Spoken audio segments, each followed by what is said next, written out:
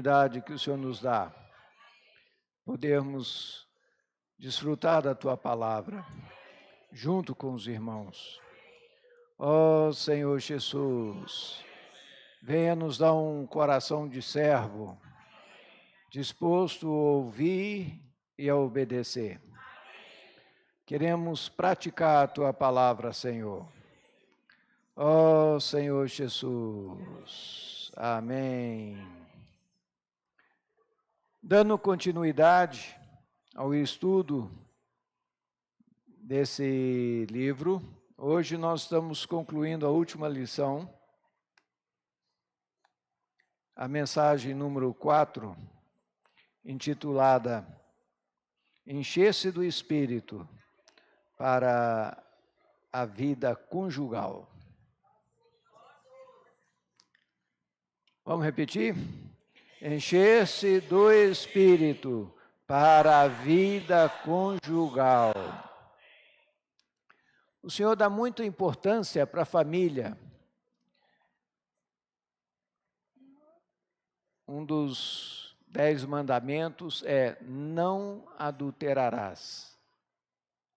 Ou seja, o Senhor, Ele quer que os nossos casamentos sejam santos, diferente de tudo que há no mundo.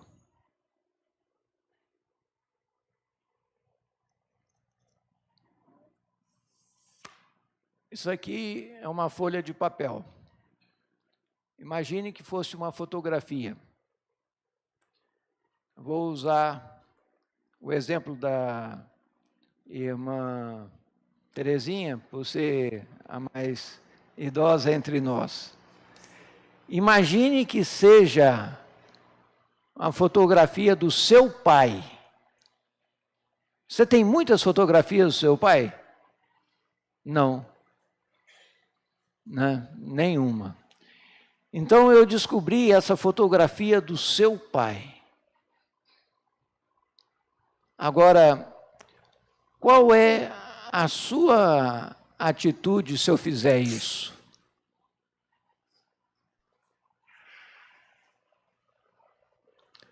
Pois é, Deus valoriza o casamento. E hoje nós vamos desfrutar de Efésios 5.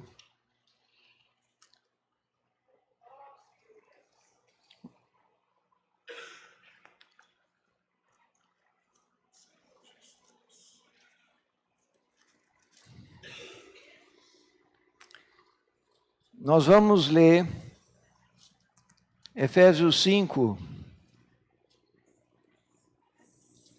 a partir do 15. Efésios, capítulo 5, vamos ler a partir do 15. Portanto, vede prudentemente como andais, não como nécios, e sim como sábios, remindo o tempo, porque os dias são maus. Por esta razão, não vos torneis insensatos, mas procurai compreender qual a vontade de Deus, Senhor. Até aqui. Procurais compreender qual a vontade do Senhor. Se nós conhecermos a vontade do Senhor,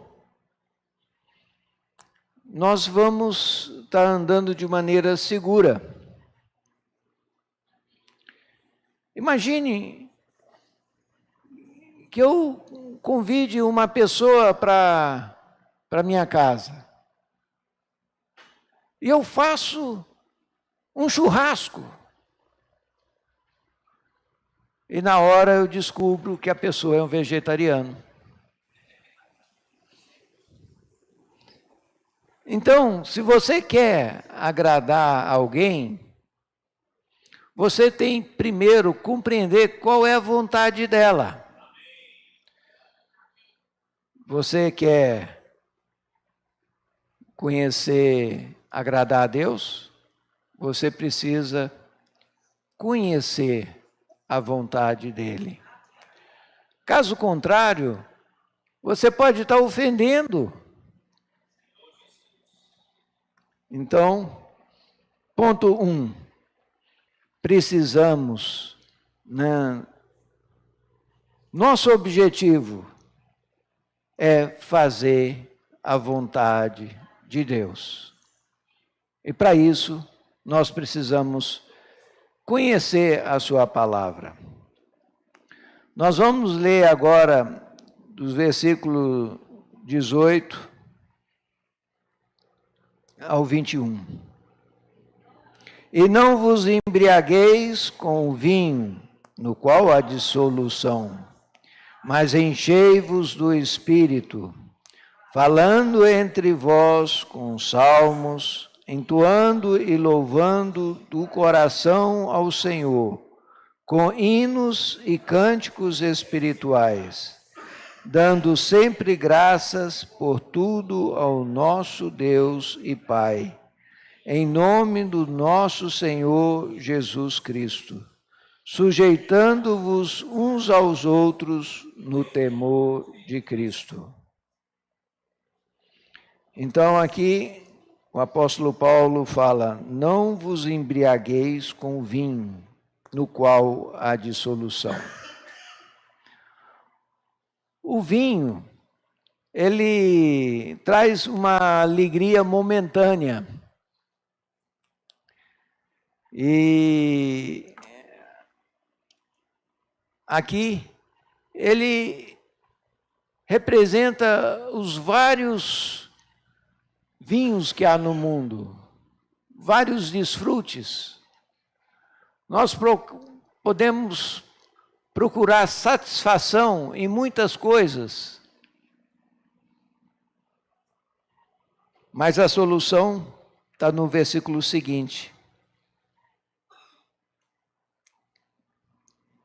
No final do versículo, mas enchei-vos do Espírito. Está em letra maiúscula. E como é que eu vou me encher do Espírito? Aí está no versículo 19, falando entre vós, com salmos, entoando e louvando de coração o Senhor, com hinos e cânticos espirituais. Aqui, nós precisamos valorizar os nossos hinos. Hoje, logo no início da reunião, nós procuramos imergir na palavra que tem sido ministrada, falar profético. Então, ao você repetir várias vezes, você compreende. E não só você compreende em sua mente, mas você toca no Espírito.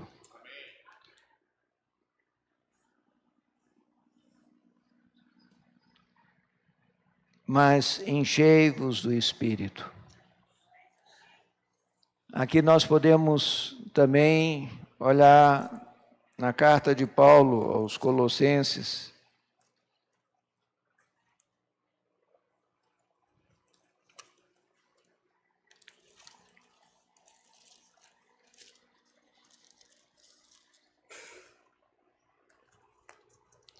Colossenses, capítulo 3,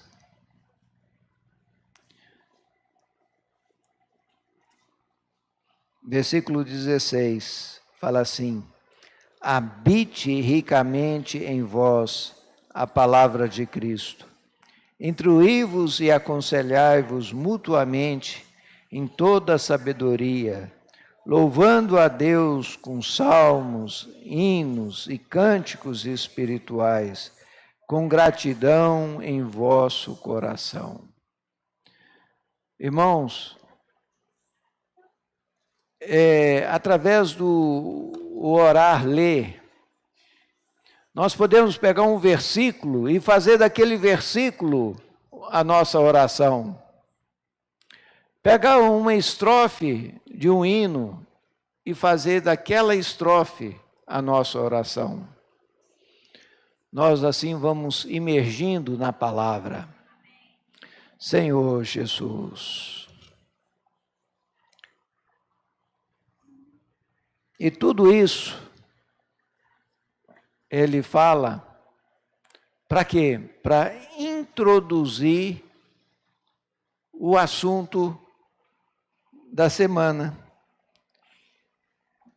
Que, voltando lá para Efésios, né?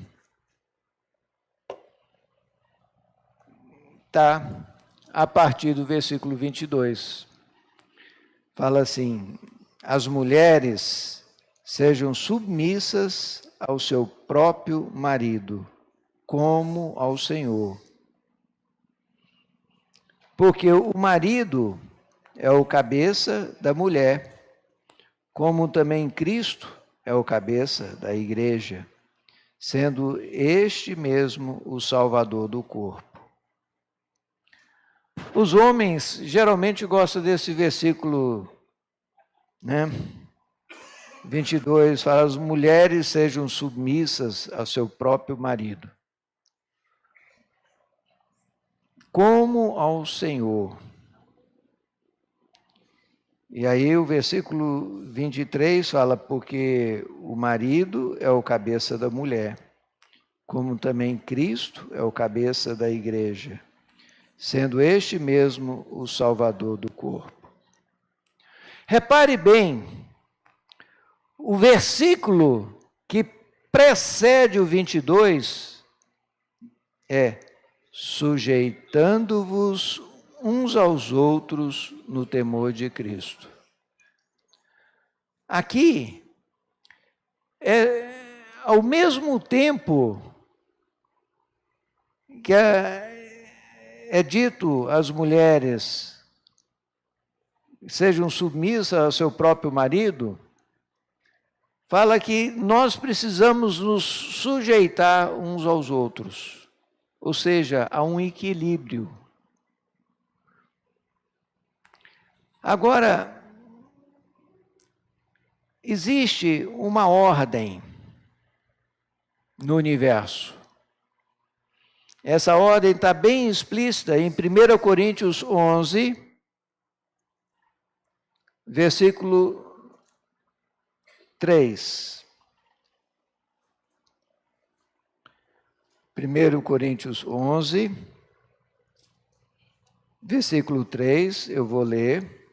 Quero, entretanto, que saibais ser Cristo o cabeça de todo homem, e o homem o cabeça da mulher, e Deus o cabeça de Cristo. Então, Deus, Pai, encabeça a Cristo. Cristo, como homem, ele queria ir à cruz? Não, ele não queria, ele falou, Pai, se possível, passa de mim esse cálice, mas seja feita a tua vontade. Então, Cristo hoje encabeça a todo homem. Agora, quando o homem é encabeçado por Cristo, aí ele está qualificado a encabeçar a mulher. Aí você pode falar, mas o meu cônjuge, o meu marido, nem cristão ele é. E aí? Como que vai ser essa situação? Vamos abrir 1 Pedro,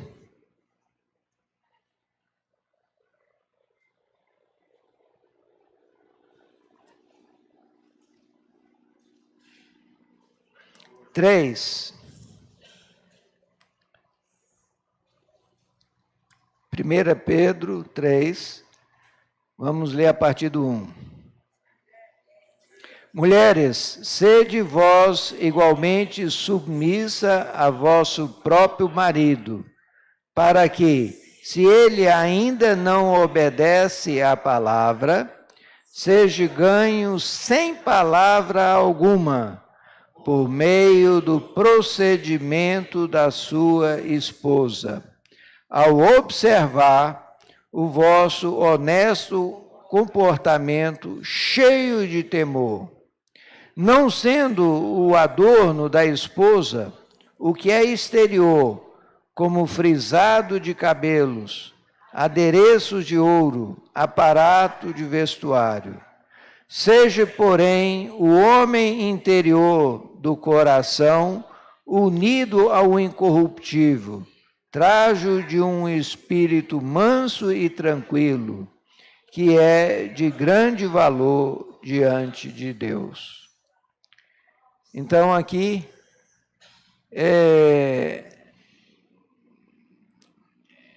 as irmãs que tenham maridos incrédulos, ou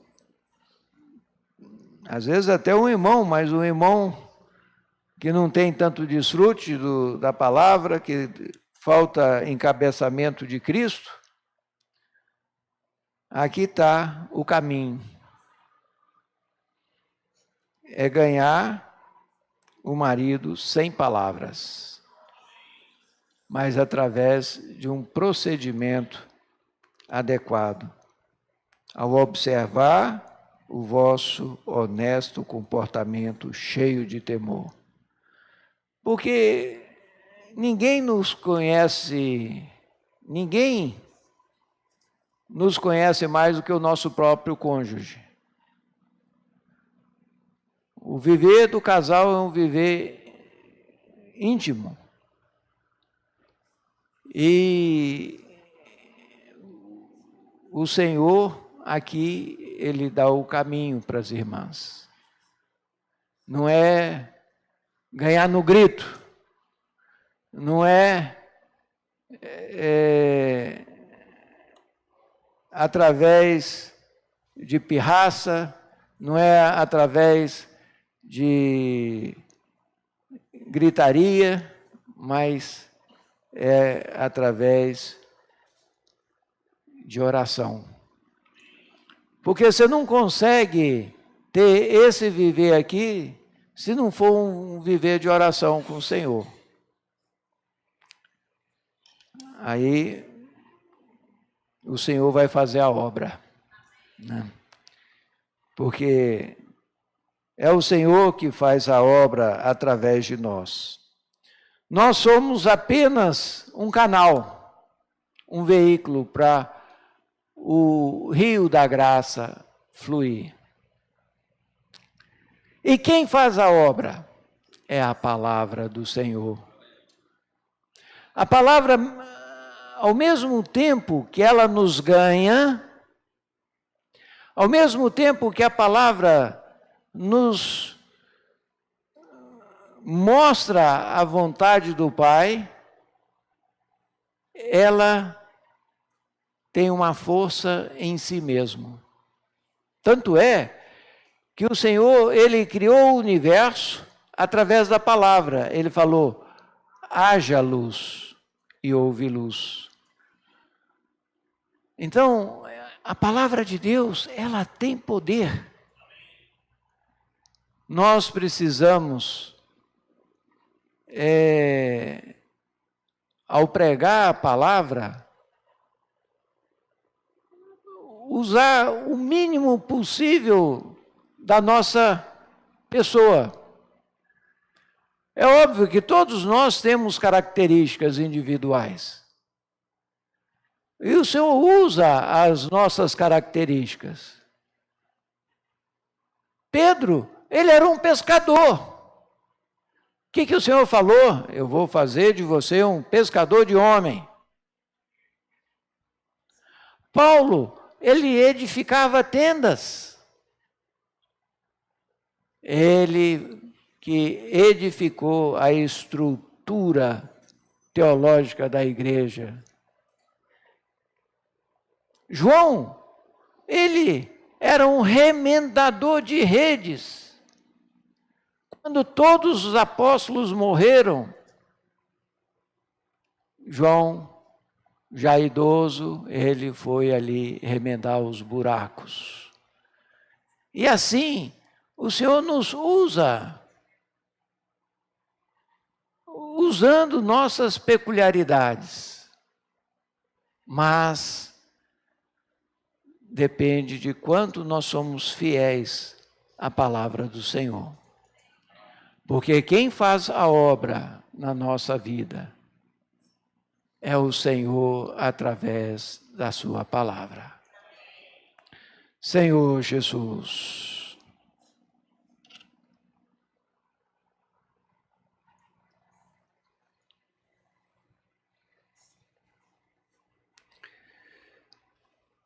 Vamos prosseguir, então, aqui em Efésios.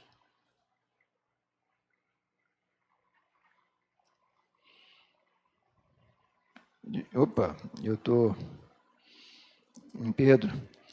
Efésios 5.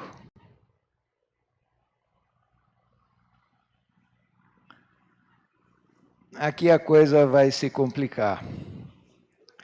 25 fala: maridos, amai vossa mulher, como também Cristo amou a igreja, e a si mesmo se entregou por ela. Se as irmãs acham difícil a incumbência de se submeter aos seus maridos, olha só agora a responsabilidade que o Senhor dá. Maridos, amai vossa mulher, como também Cristo amou a igreja. Como é que Cristo amou a igreja? A si mesmo se entregou por ela. Ele sabia que, como Cordeiro Pascual, ele teria que ir para Jerusalém. Essa semana é a semana da Páscoa. Tanto os judeus estão celebrando a Páscoa como os cristãos. Só que nós cristãos sabemos que Jesus Cristo era o verdadeiro Cordeiro Pascual. E a data da Páscoa é fixa no mês, né? No calendário judaico, o dia em que o Cordeiro Pascual teria que ser morto era no 14 de Nisan, segundo o calendário judaico. Então, nesse dia, o Senhor estava lá. Todas as outras vezes que os judeus tentaram matar, ou fora de Jerusalém, ou em Jerusalém, ele se esquivava, dava um jeito, mas nesse dia ele se entregou, porque ele sabia que ele precisava ser morto em Jerusalém no dia 14 de Nisan. Irmãos, esse é o padrão que o Senhor está dando para nós, homens, maridos. Marido, amai vossa mulher, como também Cristo amou a igreja. Não dá, com a nossa força natural, cumprir esse mandamento. Nós precisamos orar ao Senhor também. Senhor, me dê a tua força Me dê a tua capacidade, porque o meu amor é muito limitado. A minha paciência logo acaba. E aí eu tenho que, para cumprir esse mandamento, eu tenho que depender do Senhor. E prossegue no versículo 26. Para que a santificasse, tendo-a purificado por meio da lavagem da água pela palavra, para a apresentar a si mesmo, igreja gloriosa, sem mácula, nem ruga, nem coisa semelhante, porém santa e sem defeito. Irmãos, vocês reparam que ele está falando aos maridos,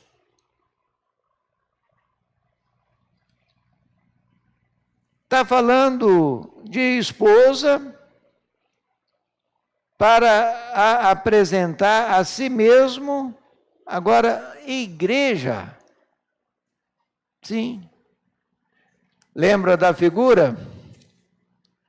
A figura de Cristo e a igreja. O nosso casamento é essa figura. Por isso que o Senhor valoriza tanto.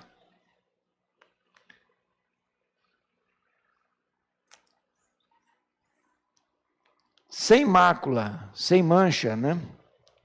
Nem ruga, velhice, nem coisa semelhante, porém santa e sem defeito. Assim também os maridos devem amar a sua mulher, como ao próprio corpo. Quem ama a esposa, a si mesmo se ama.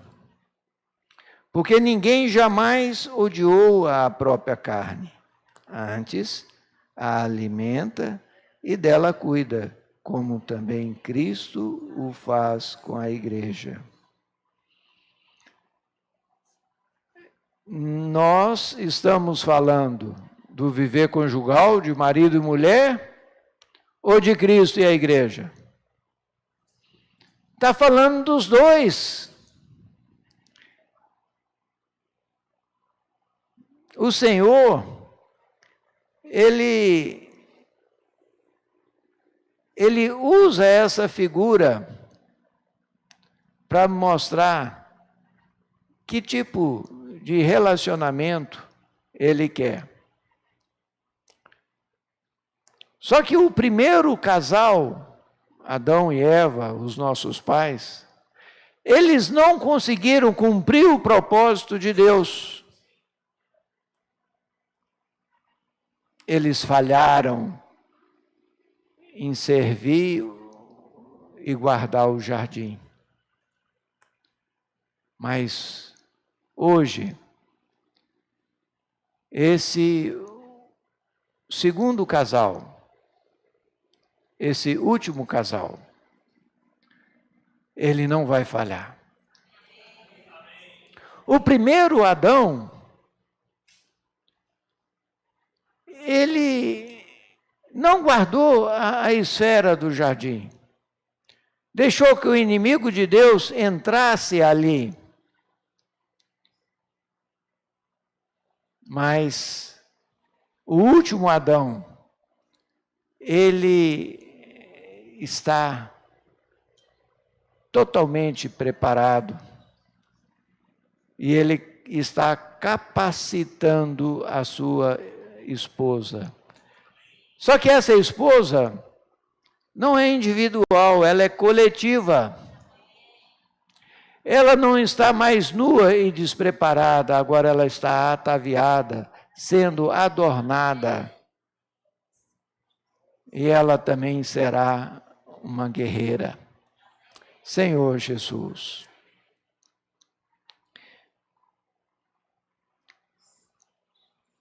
Olha só o versículo 30. Porque somos membros do seu corpo. Porque somos membros do seu corpo. Essa segunda Eva, ela é um corpo, ela é corporativa. 31, eis porque deixará o homem pai e sua mãe, e se unirá à sua mulher, e se tornarão os dois uma só carne. Grande é esse mistério, mas eu me refiro a Cristo e à igreja. Olha só, para Deus, um casal é um só corpo.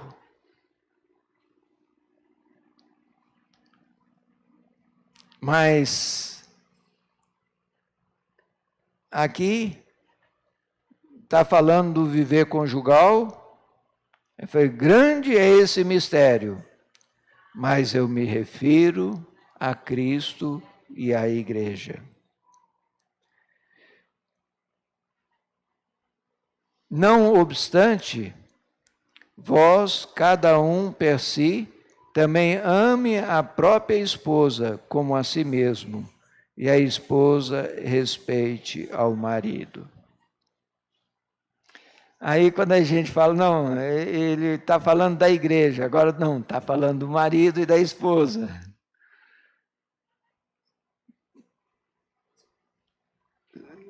As duas coisas estão presentes. E o Senhor, Ele quer que nós tenhamos essa percepção. A figura do casamento, para Deus, é a figura de Cristo e a igreja. Por isso que em Apocalipse fala de bodas do Cordeiro. O que é bodas? É a festa de casamento, que vai durar 1000 anos.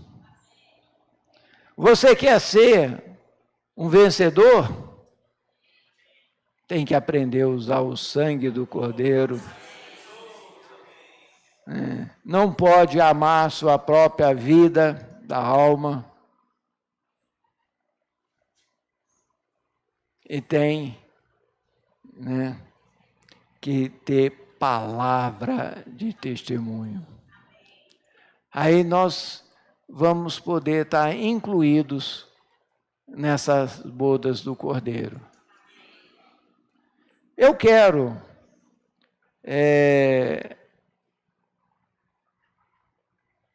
me humilhar diante do Senhor hoje e falar, Senhor, eu não tenho capacidade, mas o Senhor pode me capacitar a ter um viver conjugal que seja a expressão de Cristo e a igreja.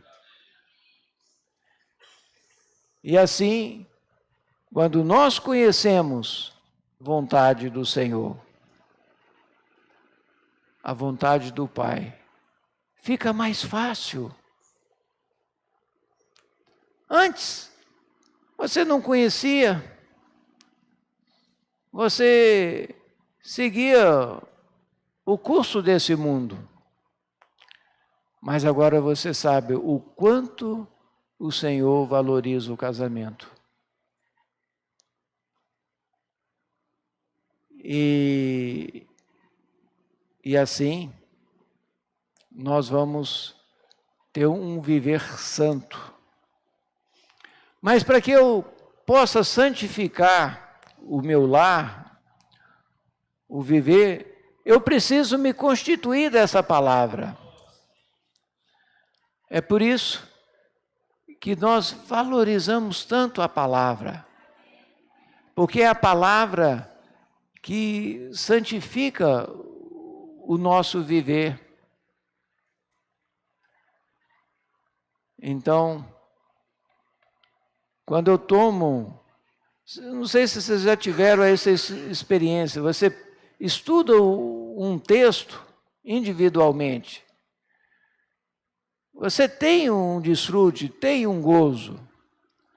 Mas quando você, junto com os irmãos, desfruta aquele mesmo texto, parece que aflora. O mesmo texto, ele ganha mais vigor. Por quê? Porque o nosso viver é um viver corporativo. É um viver de rebanho. O Senhor fala que nós somos ovelhas do seu pastoreio. Que nós possamos valorizar esse viver e que nós possamos fazer do nosso casamento a expressão de Cristo e a igreja. Amém? Vamos nos multiplicar em pequenos grupos, de 4, 5 no máximo, para a gente mexer o caldeirão, ruminar mais essa palavra, e depois a gente vai ter oportunidade para os irmãos compartilharem. Amém? Jesus é o Senhor.